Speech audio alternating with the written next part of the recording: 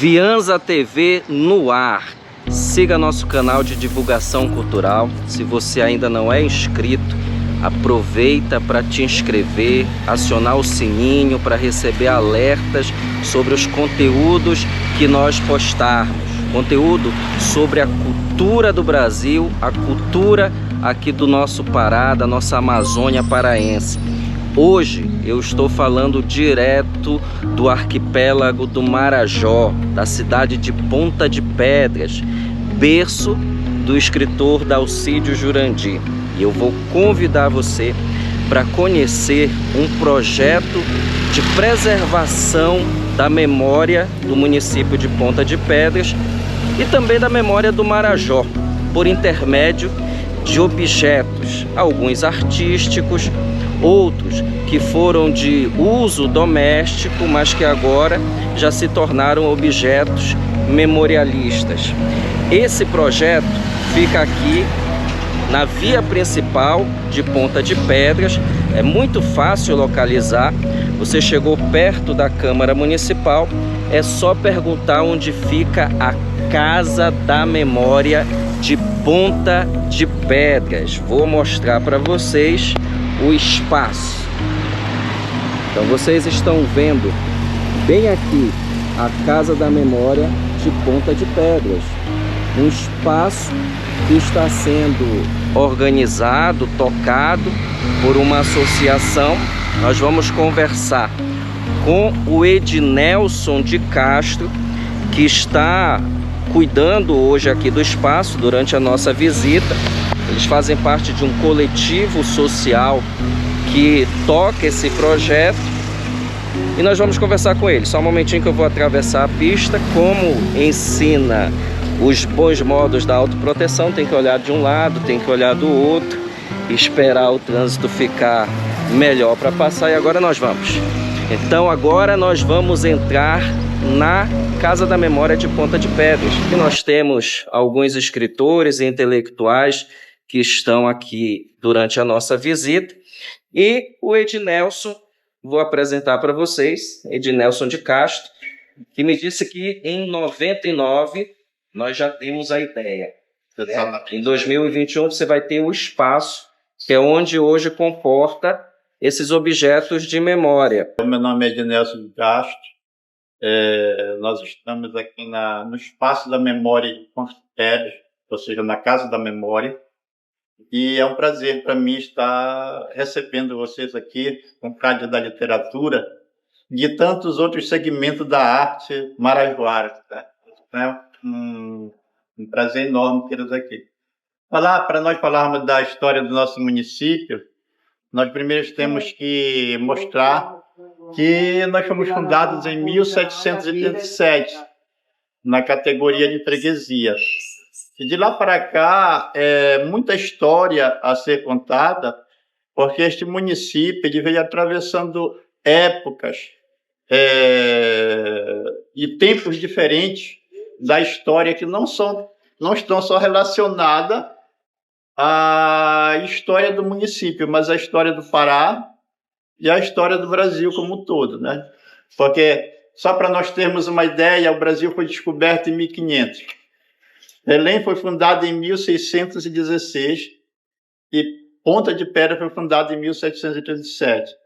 Então, esse é um trabalho que nós estamos fazendo já há vários anos, juntamente com a comunidade, porque a comunidade é que tem sido parceira desse projeto, doando peças, doando documentos antigos, doando fotografias. E essa boa vontade resultou no desfecho de nós fundarmos a nossa Casa de Memória, na qual a gente tem assistido muito aos estudantes do município, tanto da rede pública estadual como da rede pública municipal, bem como outros pesquisadores que vêm de outros municípios, de outros estados, para fazer determinadas pesquisas ou só pela visitação, que é muito importante para nós. Então, eu volto a dizer que o Marajó, como um todo, ele tem característica de uma nação, né? Pela sua própria história, né? Por toda um conjunto de atividade que nós herdamos dos nossos antepassados e que hoje, graças a Deus, né, são manifestadas através da literatura também, através dos contos, das poesias, né, que faz o nosso Marajó ser anunciado não só aos outros estados e até fora do país, dessa forma, através dos contos, através da poesia.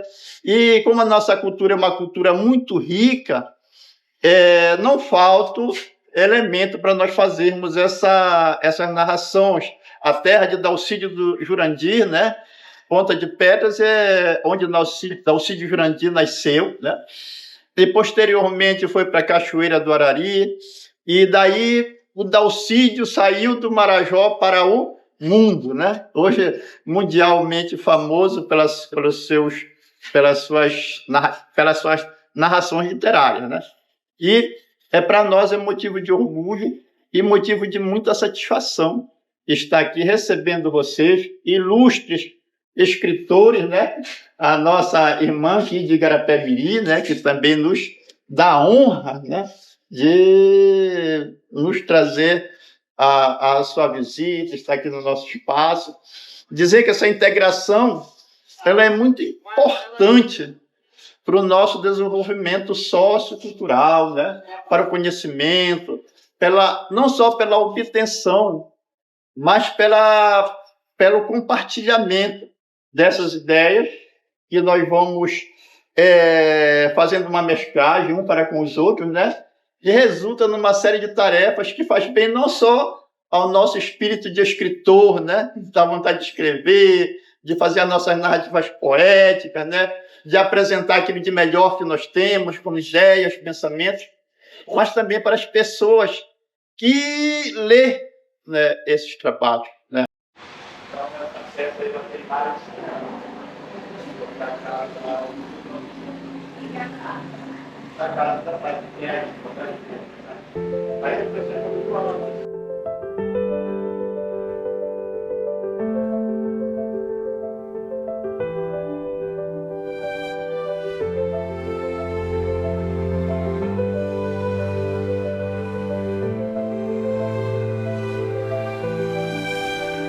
Ednelson, então eu queria que você mostrasse pra gente um pouco dos objetos.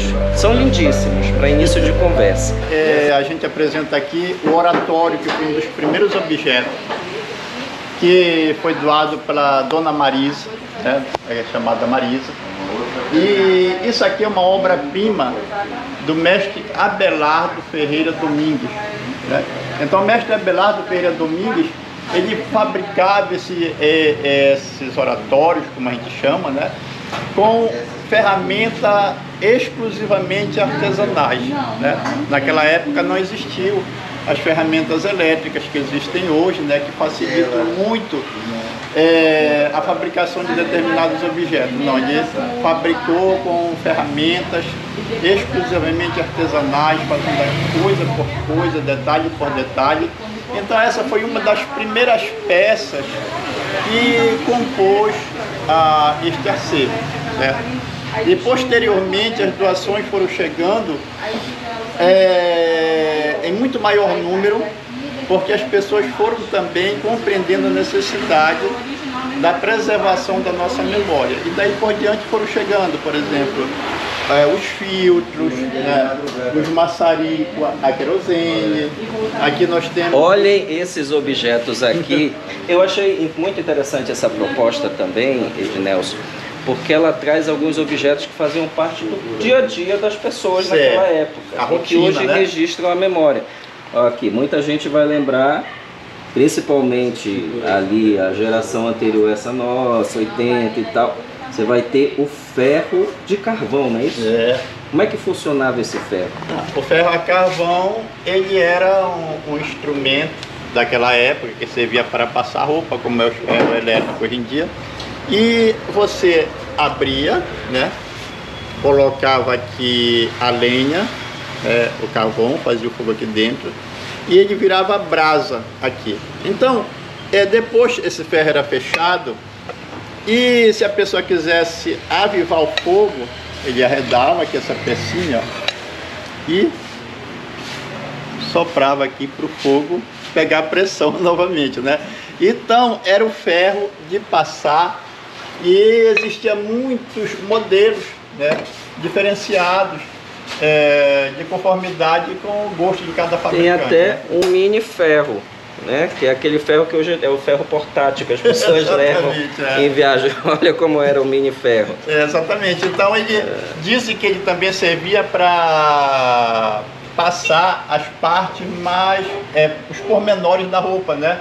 Como a gola da camisa, né? As mangas e outras peças muito mais que precisavam de uma delicadeza maior, né? Esse bem aqui eu sei porque tem uma questão afetiva comigo, que era o nosso famoso pilão. Me lembro que não, você vai nos dizer o que que era, né? O que que era batido aqui, mas da minha infância eu recordo da paçoca. Meu Deus, minha avó fazia uma paçoca nesses pilões que era a minha delícia de infância. Como é que esses objetos, por exemplo, têm relação com ponta de pedras? É porque esses pilões, né, esse aqui é mais fortificado, esse aqui são mais antigos, mas cada um pilão desse ele tem uma história, né? Então se socava muito o zezilinho, né? A minha mãe, ela quebrava o caroço do tucumã no pilão, né? Tirava a amêndoa que estava dentro do caroço, né? E quebrava para dar para as galinhas, para os porcos, para os leitões, né, que ela criava, que naquele tempo a gente chamava de injetados, né? Além de você socar também o café, né? Quando não tinha moinho, você socava o café e depois você coava na peneira, né? Então o pilão era um objeto quase que indispensável em toda e qualquer casa, porque ele tinha muitas utilidades para aquela época. Bem como aqui se socava o tucumã inteiro, né? Para tirar o vinho do tucumã, né? Para fazer não só o vinho, mas também uma iguaria que a gente ainda faz aqui no Marajó, que chama-se a canhapira, né? Que é feita do vinho, a partir do vinho do tucumã, né? Que é quase um processo... Revela o que é a canhapira. Canhapira. É uma bebida, é isso? A canhapira, você bate aqui o caroço, coa na peneira, o caroço do tucumã, a massa do tucumã, e você pode utilizar só o vinho para se alimentar, mas você pode ferver o vinho do mesmo processo que é feito com a maniçoba para fazer essa iguaria chamada canhapira. Canhapira. Então a canhapira ela é cozida, depois de 2 ou 3 dias cozendo aquilo todos os dias, que não é direto, a gente fazia por horário, né? E posteriormente você adicionava a carne de porco salgada ou a carne do próprio gado para fazer o tempero da canhapira. Então a canhapira é uma iguaria feita do caroço do tucumã e que ainda se fabrica, né?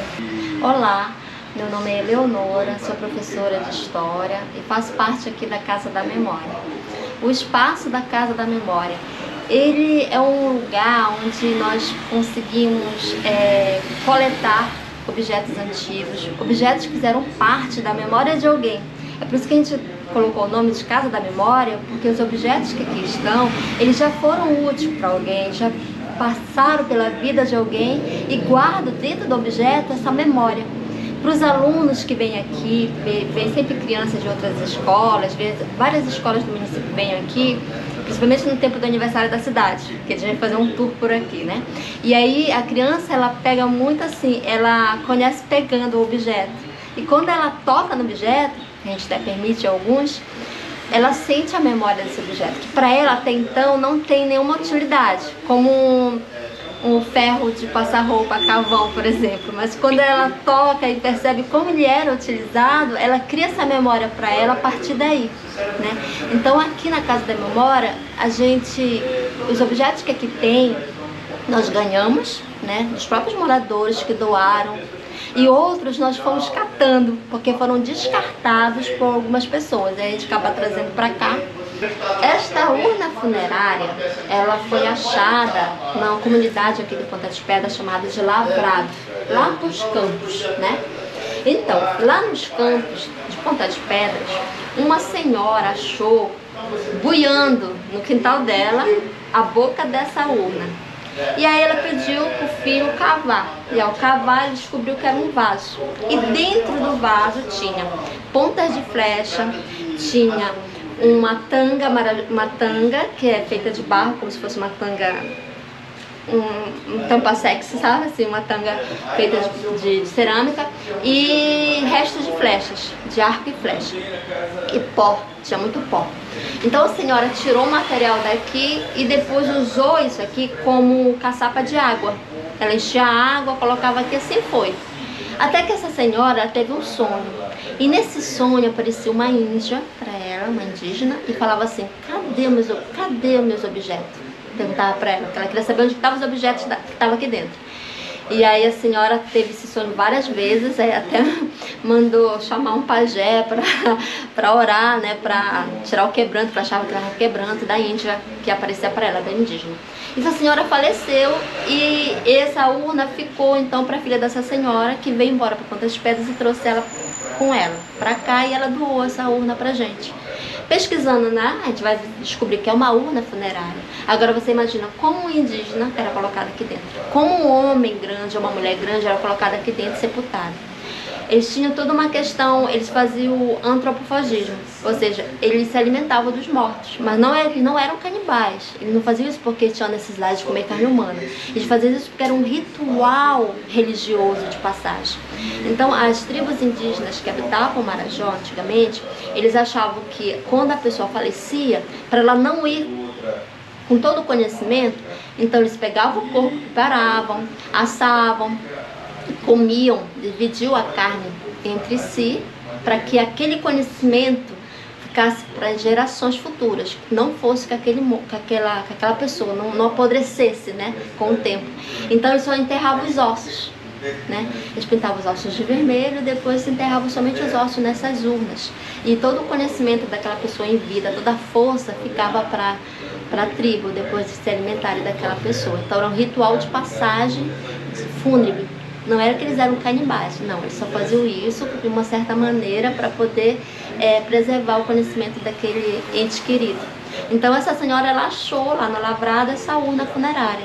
Quando ela achou, já não tinha mais ossos, mas só os pós, né, do osso, né, e o material que era da pessoa em vida, porque quando eles sepultavam de tudo que a pessoa tinha. Se ela tinha arco, flecha, ia com ela, se ela ia tudo que a pessoa tinha em vida, os objetos eram sepultados.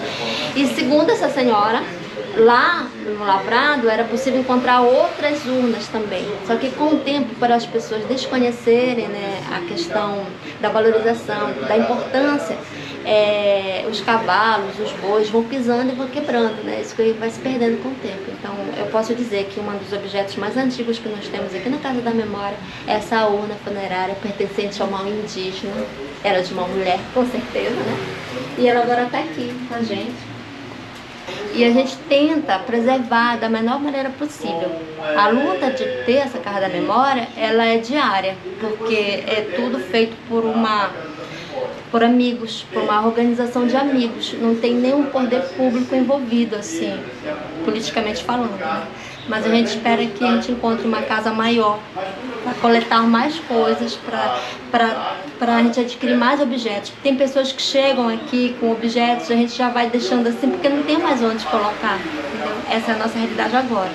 Mas Ponta das Pedras, ela é cheia de memória, e esse é o ponto aqui onde as pessoas trazem para a gente preservar essa memória. Essa é a função da nossa casa. Que eu quero muito te perguntar, porque eu sei que tem relação com um passado não muito distante, que é a questão das balanças. E geralmente a gente encontrava muito no boteco, aquela mercearia de bairro, que hoje parece que já está se extinguindo, porque está chegando os hiper supermercados, varejista e tal. E aqui nós temos muitas dessas balanças. Ponta de Pedras ainda preserva essa cultura da mercearia ou também já está se esvaindo? Na verdade, hoje as balanças em todo e qualquer comércio, né, elas já são mais digitais, né? Já não se usa quase essas balanças, que eram as balanças tradicionais, para pesar as mercadorias que se vendia. Até porque no tempo dessas balanças, as mercadorias eram não só vendidas, pesadas, mas embaladas de maneira diferente, né? Hoje toda a mercadoria já vem embalada, discriminando já o peso, né? Mas naquela época era preciso se colocar, né, a mercadoria aqui e aferiam o peso, né? Para que você alcançasse o peso ideal, 1 quilo, 2 quilos. E na maioria das vezes esses produtos, feijão, arroz, né? O café em grão, até o arroz com casca, eles eram vendidos embrulhados no papelão, né? Você chegava na mercearia, eu lembro do papelão, aquele papel de pão, que era pois papel... exatamente. Então essa mercadoria era tudo embalada no papelão, né? Era uma época bem diferente, né? Quando você ia para o mercado, você levava uma aratacazinha. A arataca era um paneirozinho, né? Para colocar a carne, para colocar o peixe, né? Porque não se disponibilizava das sacolas plásticas, das embalagens que tem hoje, né? Mas era até bom porque não poluía quase, né? Era coisa. E eu lembro até que aqueles papelões foi um dos meus primeiros cadernos, né? Que a mamãe foi juntando papelões, depois cortou, costurou com linha e fez um caderno e começou a me ensinar o beabá, né? Através de um caderno que ela fez de embalagens, né? Com papel de papelão que ela servia como embalagem, ela fez um caderno para mim. Então observem que nós já estamos contando, e não são todos, são alguns objetos que nós estamos selecionando aqui para conversar, e a partir desse objeto a gente já está reconstruindo essa memória, que é justamente a ideia desse projeto da Casa de Memória de Ponta de Pedras. Bem aqui nós temos alguns registros fotográficos. De que são esses registros, Ednelson? São vários registros, né, que contam um pouco da história do município. Esse aqui, por exemplo? Isso aqui era a igrejinha, ainda é a igrejinha de Ponta de Pedra, né? Porque nós fomos fundados em 1737 e eu creio que pela data de nossa fundação, com certeza, já se fez uma igrejinha, né? Por quê? Porque era necessário se ter uma igreja, né? Logo após fundar uma colônia, uma vila, uma freguesia, né? Então a nossa igrejinha, ela com certeza foi o primeiro prédio edificado no nosso município. Quem é esta figura? Esse é o senhor Djalma da Costa Machado, que foi interventor do Estado no município de Ponta de Pedras a partir de 1931. Então foi o Djalma Machado que fez esse prédio aqui da prefeitura, que foi o primeiro prédio da prefeitura. Ainda é a prefeitura até hoje? Ainda é nesse mesmo local. Só que a estética interna dele, a fachada continua a mesma, mas a estética interna dele ela foi modificada. Estou visitando essa Casa da Memória, que é muito importante, realmente foi uma grande ideia. Isso é um tesouro histórico, né? O que ele reuniu da vida, do passado, da memória, e o que precisa realmente é um prédio melhor e que abrigue e que lhe dê as características museológicas que ele tem, né? Um rico material, e não só histórico, mas também, como ele é um entalhador, né? Tem muita obra de arte. Então isso deve ser salvo e realmente merece honra.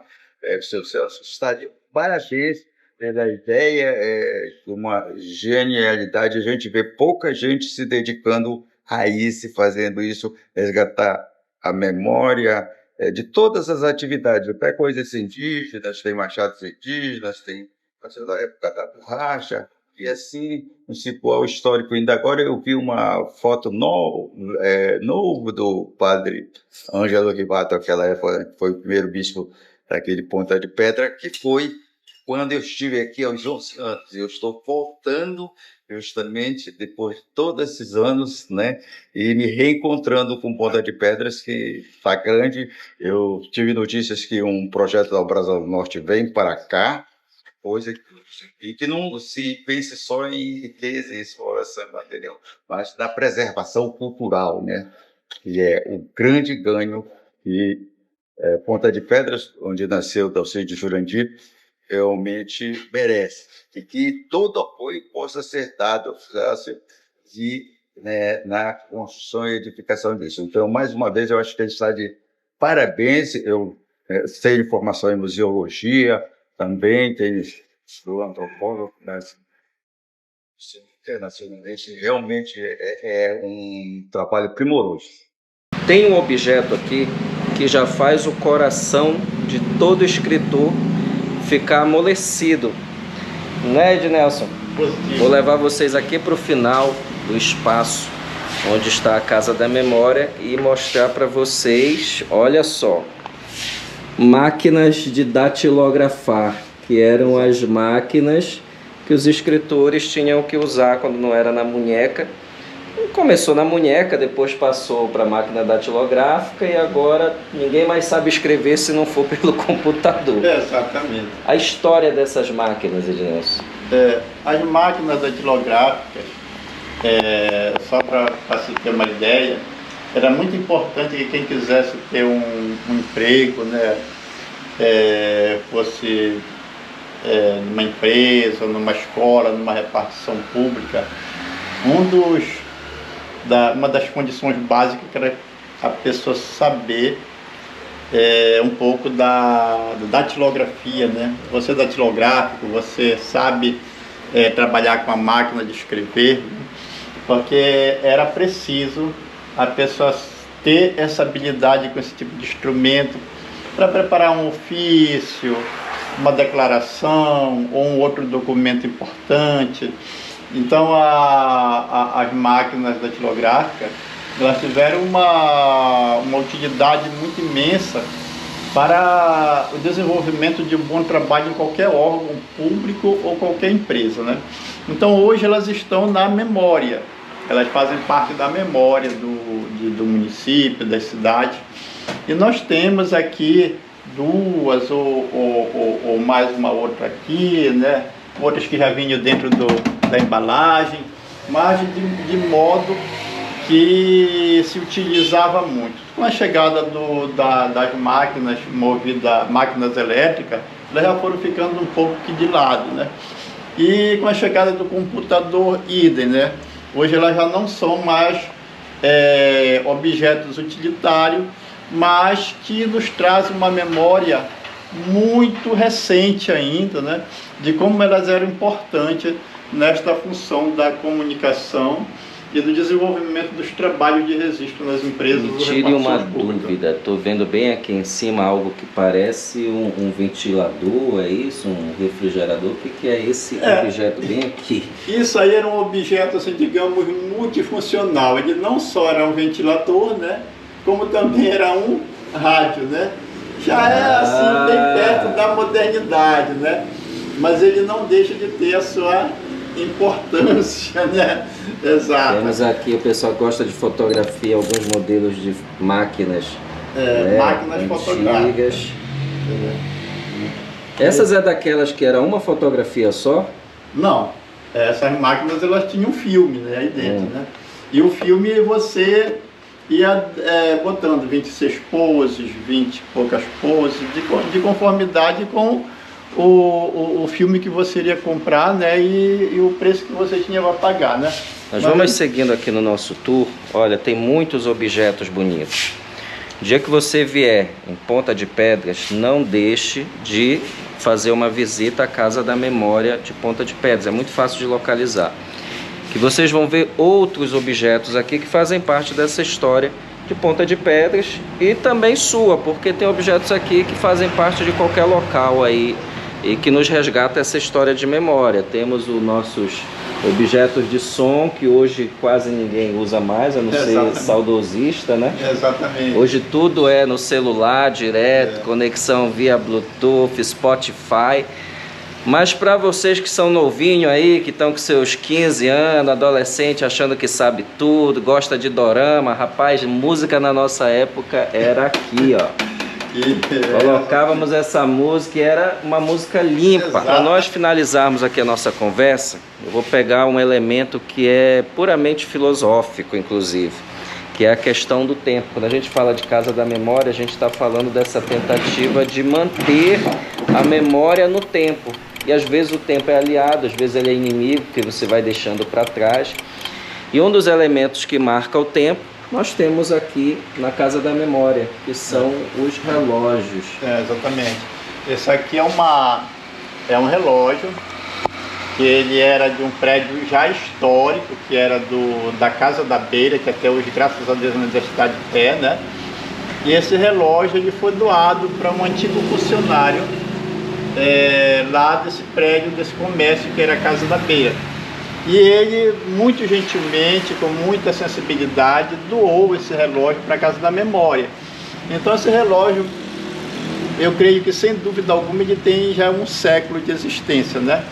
Ele é um relógio que foi reformado, não só a mecânica dele, que é um relógio musical, e como também a parte da estrutura, que foi refeita pelo cidadão chamado Pinóquio, né?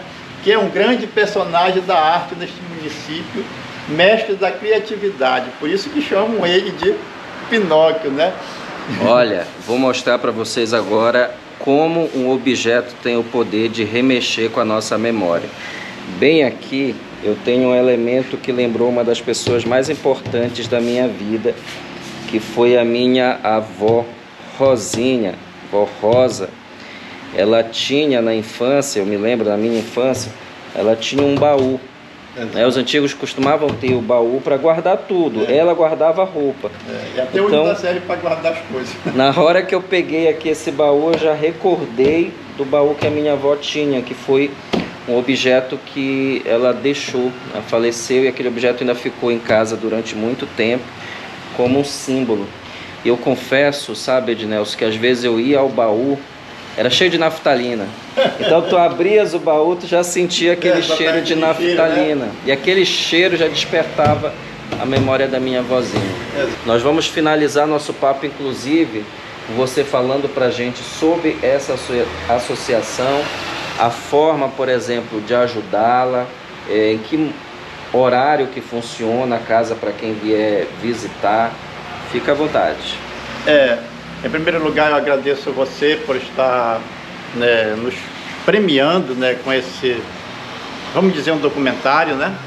E dizer para você que a Casa da Memória, ela é um projeto que eu tive a ideia de fazer, mas que foi executado, eu quero que isso fique bem claro, com a boa vontade da comunidade pontapedrense. Então, tudo isso aqui se materializou porque a comunidade ela usou de boa vontade. Muitas peças que você viu aqui e filmou eram coisas deixadas por avós, pelos pais, né? E essas pessoas contribuíram doando essas peças para que a gente pudesse materializar esse sonho e trazer para a comunidade a nossa história. Então, graças a Deus que esse foi um projeto que a comunidade de Ponta de Pedras abraçou. Então, eu faço questão de dizer que nós temos uma diretoria, já temos uma CNPJ, temos um público que nos prestigia com a visitação, as escolas municipais, as escolas do estado e toda a comunidade. Ela ajuda nesse processo não só doando peças, mas visitando e contribuindo com ideias e visitações. Então esse aqui nós possamos dizer que com a ajuda de Deus foi um projeto que deu certo e que é um projeto executado pelo povo de Ponta de Pedras.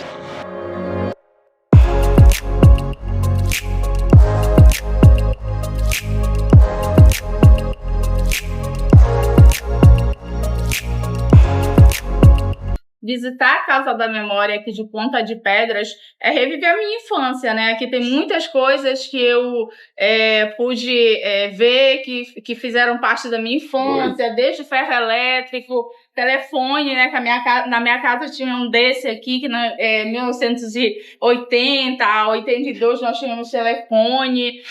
Ver tudo isso mostra a importância, o resgate da história daqui de Ponta de Pedras e que ele é comum nas nossas vivências, né? Nós, paraenses, passamos por isso, vivemos isso.